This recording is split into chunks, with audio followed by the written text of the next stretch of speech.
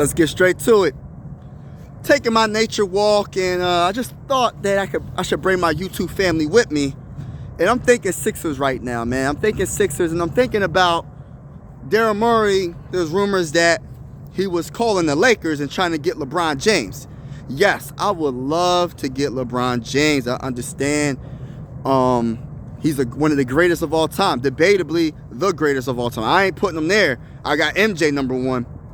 But then I'm hearing that he was going after KD. He was going after Bradley Beal. He was going after Devin Booker before the trade deadline. I'm just like, man, Daryl Morey, I love the moves that you did make. To be honest with you, I really love the moves that you did make. But there's other players, right? There's other good players. They might not have the name. They might not be a superstar. But there's other players that you can get that can put the Sixers over the top. You don't have to have a whole dang on all-star team to win a championship. Look at the Nuggets, man. They got 2 all-stars. They have an all-time great in Jokic, and they have another all-star in Jamal, right? And they have a whole bunch of other solid, good role players. That's what the Sixers need. We don't necessarily need superstars. You know what I mean? And if that's how you feel, bro, this is why we're probably not going to be successful, man. We're not going to be successful if this is all you're trying to get. I think the Buddy Hield move and the Cameron Payne move was terrific. Honestly, I love it. But when I'm hearing that you're just trying to get superstar, even though I'm going to keep it real, out of all the, like, I would love KD. I would love KD. I don't like him all like that, but his game, I ain't going to lie, man. Unguardable. I would love to get Devin Booker. I like Bradley Beal's game, but Bradley Beal, when it comes to his injuries, I'm cool on Bradley Beal. But to keep it real with you, man, you could have got Bogdanovich from the Detroit Pistons. You could have got Alex Burks. They went to New York Knicks. There's a couple of players you could have got. I'm not saying that what you did wasn't good, because then you got to think about Kelly Oubre Jr. Kelly Oubre Jr. in the offseason. That was a good pickup, man. That was a really good pickup. So I appreciate that, but you can't get a whole all-star team. Like, it's not gonna work. You're not gonna have any players around them. You know what I mean? And you don't have to necessarily have that to win a championship. Let's go to the Spurs. The Spurs in their dynasty when they had Tim Duncan. Tony Parker was another star. Tim Duncan's an all-time great. They had role players, great role players. Robert Horry, and then Leonard, he wasn't a star at the time. Leonard was you know what I mean? Nobody knew Leonard was going to be this dang on good.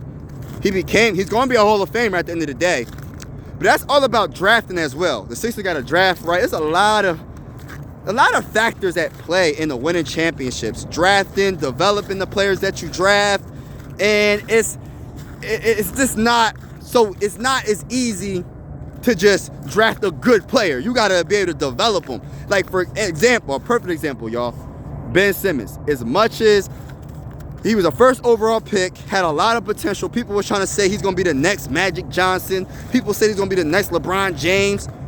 But at the end of the day, development, when it came to his jump shot, he didn't develop a jump shot whatsoever. You know what I mean? But man, but y'all let me know in the comments below about what you think about Daryl Morey just going star hunting. That's all he wants. He wants superstars, stars, and if it's nothing, that's all he wants. And I don't know if I agree with him. I wouldn't mind having these players, but come on, bro. It takes more than just a whole bunch of stars to win championships. Team chemistry, staying healthy, developing, coaching. There are a lot of factors, man. A lot of factors coming to being a championship and potentially being a dynasty. You know what I mean? And but let me say this about LeBron James real quick before I get off this video. I had a Sixer fan comment on a video I commented. It's one Eastwood, right? On one of his videos, he was talking about LeBron James. Shout out to him. If you haven't already, subscribe to his channel. He's one of the best Sixer YouTubers out here. You know what I'm saying? So shout out to him, right? I commented on his video and I said, go get him. I've been saying this. And a Sixer fan had the nerve to say, you must not be a Sixer fan if I want LeBron James. Me, not a Sixer fan. Me, not a Sixer fan. Come on, man. Stop the cap, right?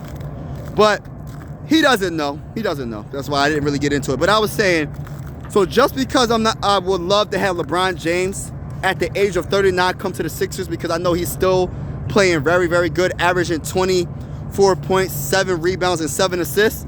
Just because I will want him to come to the Sixers, because I know he could potentially put us over the top, because we haven't won a championship in 40 years.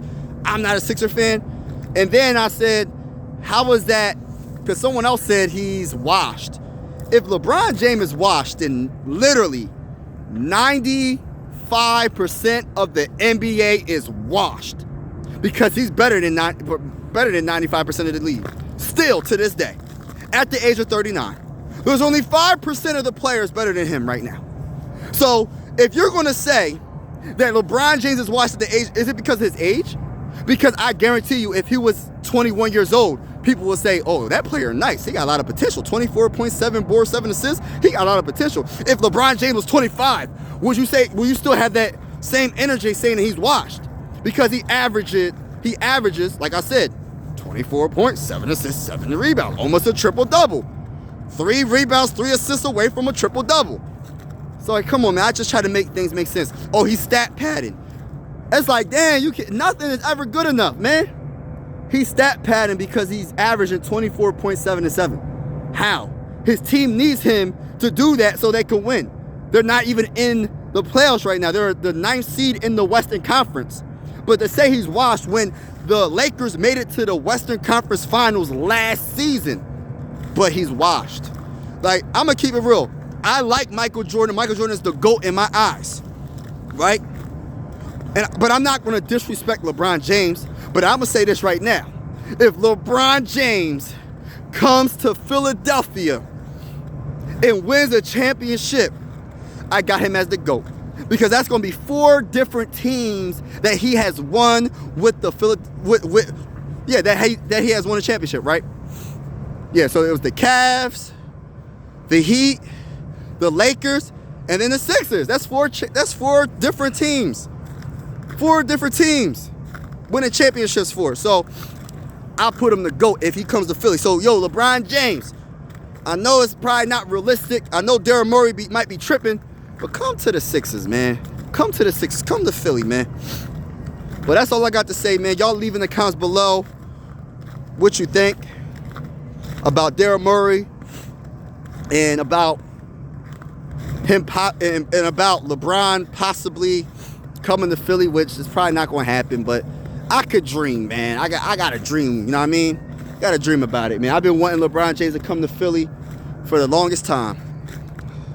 But this is the Nature Walk edition of Mike Sports Vibes. Thank you for vibing with me. I'm out.